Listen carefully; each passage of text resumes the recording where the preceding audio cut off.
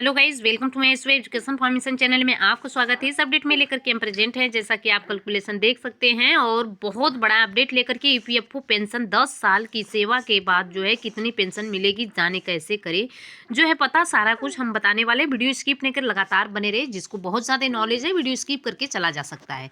जिसके माइंड में जो भी सकारात्मक नकारात्मक जो भी जो है कमेंट है वो कमेंट कर सकता है। उसके कमेंट का रिप्लाई अवश्य मैं करूँगी।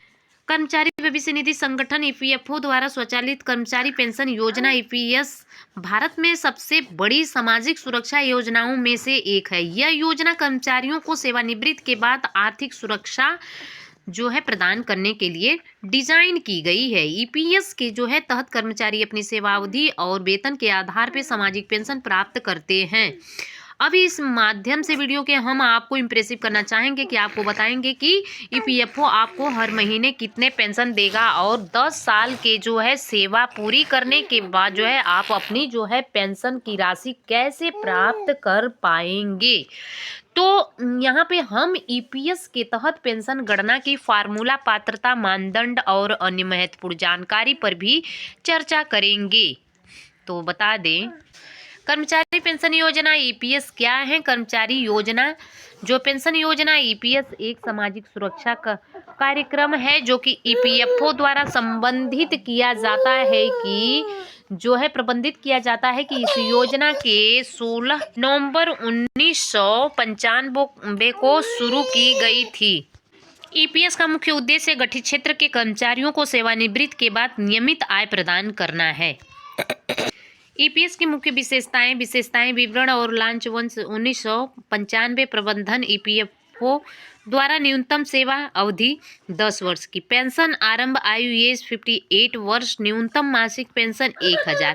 अधिकतम जो है मासिक पेंशन की बात कर ली जाए तो अधिकतम पेंशन की बात करें 7500। अंशदान कर्मचारी वेतन का जो है 8.33 यानी 3% होगा। सरकारी योगदान 1.16% होगा। ईपीएस के लिए जो है पात्रता मानदंड, ईपीएस के तहत पेंशन प्राप्त करने के लिए एक जो है कर्मचारी को निम्नलिखित मानदंडों को पूरा करना होगा। कम से कम 10 वर्ष की सेवा अवधि पूरी करनी होगी और 58 वर्ष की एज प्राप्त करनी होगी। ईपीएफओ का सदस्य होना चाहिए। नियमित रूप से ईपीएस में योगदान होना चाहिए। ईपीएस पेंशन कैलकुलेशन में देखेंगे फार्मूला। ईपीएस के जो है तहत पेंशन भोगियों की गणना के लिए निम्नलिखित फार्मूला का उपयोग किया जाता है। और मासिक पेंशन, पेंशन योग्य वेतन और पेंशन योग्य सेवाएं 70%। जहां पर जो है पेंशन योग्य वेतन अंतिम 60 महीनों के दौरान औसत मासिक वेतन अधिकतम 15,000। पेंशन योग्य सेवा ईपीएस में योगदान की गई कुल अवधि वर्षों में जो है अपनी ईपीएस पेंशन की गणना कैसे करें। अपनी ईपीएस पेंशन की गणना करने के लिए जो है आप निम्नलिखित चरणों का पालन कर सकते हैं। अपने पेंशन योग वेतन की गणना करें। अधिकतम 15,000 यहाँ पे देख सकते हैं। अपनी पेंशन योग सेवा अवधि की जो है गणना करें और उपयुक्त फार्मूले में मान रखें। परिणाम जो रिजल्ट को 70 से विभाजित करना होगा। उदाहरण मान लीजिए कि आपका पेंशन योग वेतन जो है 15,000, उसकी पेंशन योग सेवा 30 वर्ष, मासिक पेंशन 15,000 × 30 यहाँ पे /70 हो जाएंगे। आपके रुपए 6,428.57 रहेंगे। ईपीएस पेंशन के प्रकार। ईपीएस के तहत विभिन्न प्रकार के पेंशन उपलब्ध हैं। सुपर एनुएशंस पेंशन 58 वर्ष की आयु प्राप्त करने पर। शीघ्र पेंशन 50 वर्ष की एज 50 से 58 वर्ष की एज के बीच में कटौती के साथ। विधवा पेंशन सदस्य की मृत्यु पर उसके जीवन साथी को। बाल पेंशन मृत सदस्य के बच्चे को बाल पेंशन। अनाथ पेंशन माता पिता दोनों को मृत्यु पेंशन दिया जाएगा। और विकलांग पेंशन अस्थायी विकलांगता की स्थिति में। शीघ्र पेंशन विकल्प जो है यहाँ पर, यदि आप 58 वर्ष की एज से पहले पेंशन जो है लेना चाहते हैं तो बात करें कि आप शीघ्र ही पेंशन विकल्प चुन सकते हैं, हालांकि इसमें कुछ शर्तें हैं। न्यूनतम एज वाले 50 वर्ष के होने चाहिए, कम से कम 10 वर्ष की सेवा पूरी करनी चाहिए, प्रति वर्ष 4% की दर से पेंशन में कटौती होगी। शीघ्र ही पेंशन जो है गणना, उदाहरण के लिए मान लीजिए कि आप 55 वर्ष की एज में पेंशन लेना चाहते हैं तो मूल पेंशन 6,428.57, कटौती 3 वर्ष गुणे 4% बराबर 12%, शीघ्र पेंशन 6,428.57। यहाँ पे 12% ऑफ जो है 6,428.57, तो यहाँ पे बराबर आपका 5,657.14। ईपीएस पेंशन बढ़ने के तरीके, कैसे बढ़ाने के तरीके हैं, तो अपनी ईपीएस पेंशन को अधिकतम करने के लिए यदि आप निम्नलिखित उपाय कर सकते हैं तो देखें। लंबी सेवा अवधि, जितनी लंबी सेवा अवधि होगी उतनी ही अधिक पेंशन मिलेगी। उच्च वेतन, अधिक पेंशन से अधिक योगदान और उच्च पेंशन।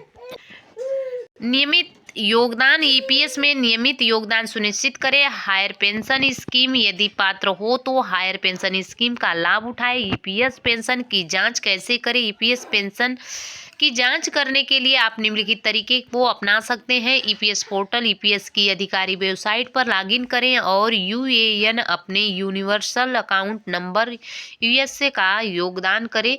एसएमएस नंबर यहाँ पे आप कॉल कर सकते हैं, सेंड कर सकते हैं मैसेज, मिस कॉल आप इस पे कर सकते हैं। आपके लिए ये नंबर है। कार्यालय, ईपीएफओ कार्यालय, अपने नज़दीकी ईपीएफओ कार्यालय में ईपीएस से संबंधित महत्वपूर्ण बिंदु क्या है उसके बारे में जानें। न्यूनतम पेंशन, ईपीएस के तहत न्यूनतम मासिक पेंशन 1,000 है। अधिकतम पेंशन, वर्तमान में अधिकतम मासिक पेंशन 7,500 है। पेंशन शुरू होने की तिथि, पेंशन 58 वर्ष की एज से या सेवानिवृत्ति की तिथि से जो भी बाद में हो शुरू होता है। पेंशन भुगतान, पेंशन हर महीने की पहली तारीख को जमा की जाती है। जीवन प्रमाण पत्र, पेंशन भोगियों को हर साल जीवन प्रमाण पत्र जमा करना होता है। ईपीएस पेंशन के लाभ, आजीवन आय, सेवानिवृत्ति के बाद नियमित मासिक और पारिवारिक सुरक्षा, सदस्य की मृत्यु पर परिवार को पेंशन मिले। विकलांगता जो है कवर, अस्थायी विकलांगता की स्थिति में पेंशन, कर का जो लाभ, ईपीएस पेंशन पर कोई आयकर नहीं। सरकारी योगदान, सरकार 1.16% का अतिरिक्त योगदान देती है। ईपीएस से संबंधित अक्सर पूछे जाने वाले प्रश्न। क्या मैं अपनी ईपीएस पेंशन को एक मुश्त निकाल सकता हूँ? नहीं जी। ईपीएस पेंशन को केवल मासिक भुगतान के रूप में उपलब्ध है। क्या मैं एक से अधिक ईपीएस खाते रख सकता हूँ? नहीं जी। प्रत्येक व्यक्ति के लिए केवल एक ईपीएस खाता अनुमानित है, अनुमति दिया जाता है।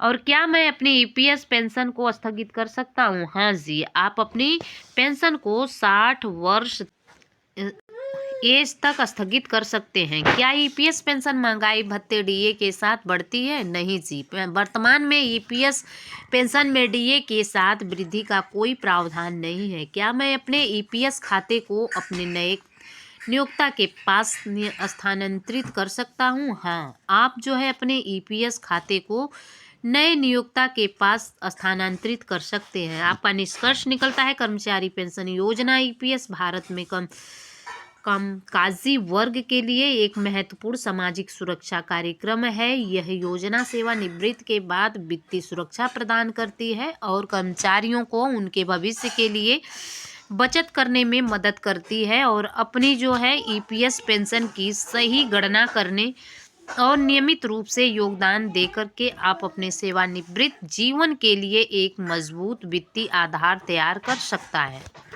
अब डिस्क्लेमर में बात कर ले तो यह वीडियो सूचनात्मक उद्देश्य के लिए और इसे कानूनी या वित्तीय सलाह के रूप में नहीं लिया जाना चाहिए। ईपीएफओ नियम और विनियम समय समय पर बदल सकते हैं। सटीक और अद्यतन जानकारी के लिए कृपया ईपीएफओ की आधिकारिक वेबसाइट देखें या अपने नज़दीकी ईपीएफओ कार्यालय से संपर्क करें।